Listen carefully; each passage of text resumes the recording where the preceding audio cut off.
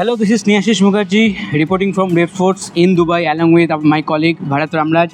And as you all know that yesterday India suffered a heartbreaking loss against New Zealand in their World Cup opener.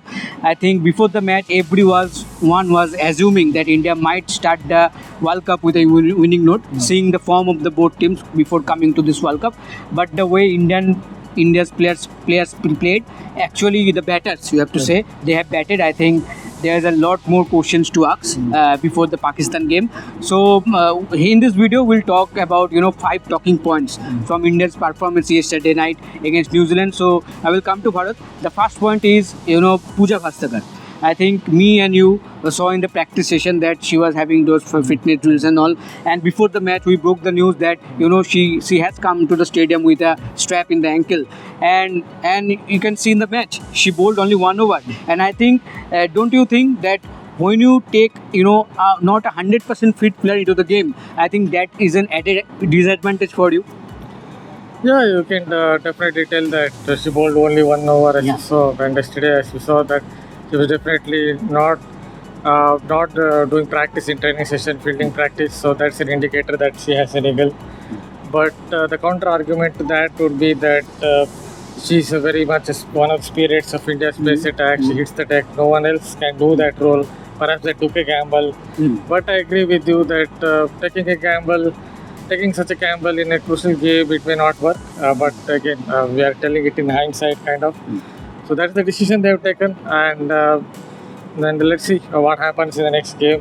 Yes. India's next game, whether they will again pick her if she is kind of not completely fit. In my opinion, if she's not completely fit in the next game, they should not really go for her. Exactly.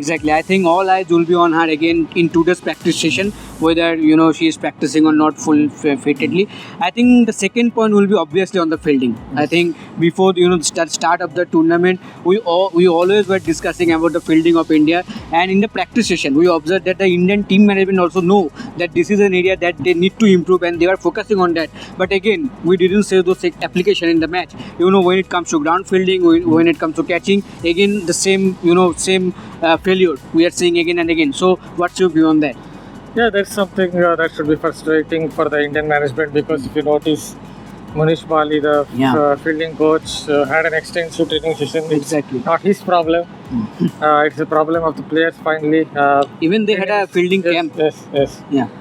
So it's a problem of the players, right? Yes. So finally the players have to improve. As I noted, you suddenly can't from a bad fielder become the greatest fielder on this planet. You can't become Roger Harper or Ellis Perry or Jonty Rhodes or Marquardt, but you can certainly improve Yeah. your fielding, and that is not something that we have seen over a long period of time. Not just drop catches, when misfields, costly errors. So these things, if they keep repeating, then it will definitely frustrate the management as well, because I see them putting a decent amount of effort to improve them, but finally it is up to the players to attack the ball a little more, anticipate the ball every single time, and move forward and take the catch. Because if you can't attack the ball, then you won't likely take catches, especially on the outfield. I understand in a slip cordon, it is about soft hands, but when you're fielding at the outfield, then you definitely have to attack the ball a little more. Yes, absolutely. I think fielding is an area that needs to be improved for Team India. Now we will shift our focus to Harmanpreet Kaur, the captain. The batter Harmanpreet Kaur we'll talk about later. But now the initial focus will be on Harmanpreet Kaur as a captain, because you and me both were on the match in the stadium. The way she changed her bowlers, the way she you set up those fielding setups, especially in the press box, you were continuously mentioning me that Halliday is going to playing only sweep shots, but still Harmanpreet Kaur was not setting the field according to that shot. Continuously she was hitting at the same region, and India were conceding run. So what's your view on that? Is there any way that she could have done better with the Yeah, captain? definitely. If you look at Halliday's front on stance, that she was going to sweep virtually everything. That's why that stance, she had that kind of a stance. So when you have that kind of a stance, maybe you can do a little bit of change in field placements with regard to behind square and onside.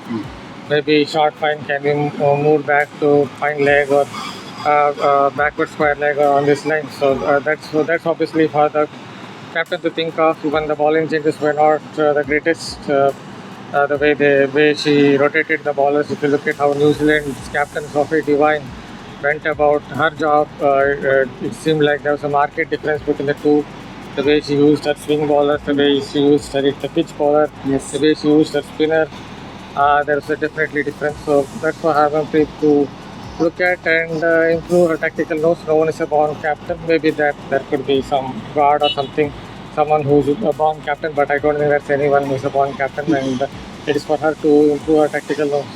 Yes, absolutely. And now we will focus on the batting unit of Team India. I know that all batters failed, miserably in the first match, but mainly the top order. I think we all know that in this format, in this T20 format, the start of the first 6 overs, especially with your top order batters, is so much crucial.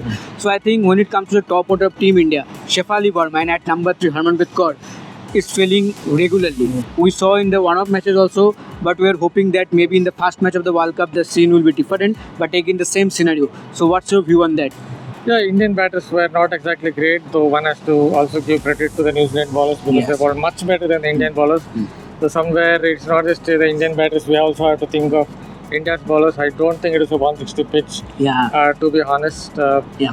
I agree, under lights maybe it swung more for New Zealand, but still the New Zealand seamers found more swing, they found more, their spinners found more Yes. purchase, and obviously their fielding was much better and their batting was much better. So basically India were outgunned, outclassed, outthought, whatever out you want to add, outmaneuvered, any other word if Any you want. out.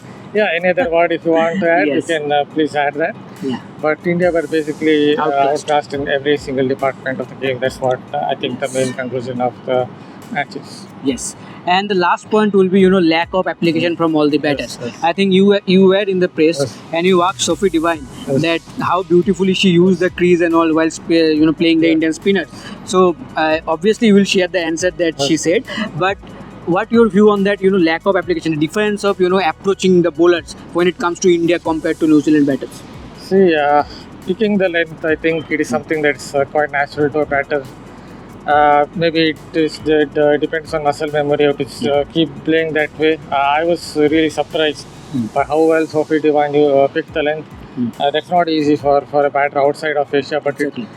it so happened that an Asian team struggled to play spinners. Exactly. And New Zealand batter played it much And she better. was not even in form Yes, before this yes, match. yes. She played like Yes.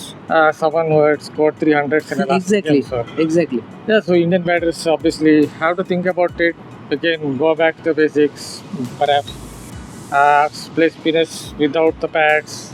That might help them pick the length slightly Okay. better, do something like that. But yeah, this comes down to confidence. If you're not able to pick the length spinners, then whatever, you might be the greatest batter, you might be Smriti Mandhana, you might be Harmanpreet Kaur, or from another era, you might be Mithali Raj or whoever it is, Sandhya Agarwal, or whoever it is, you can't really go out there and play well. That's the basics. You have to pick the length early and score runs. So Indian batters were definitely not good at it today. Yes, absolutely. I think from the last game, there are a lot more questions to be answered. I think the Pakistan game is now very, very crucial for Team India in this coming Sunday. So me and Bharat both will be present at a practice session today also. So we'll keep an eye and we'll share all the latest updates from that as we did in the first practice session also before this New Zealand clash. So that is for now. Me and Bharat signing off. But you do not forget to like, share and subscribe the channel. And please stay tuned to Ref Thoughts for all the latest updates. Thank you.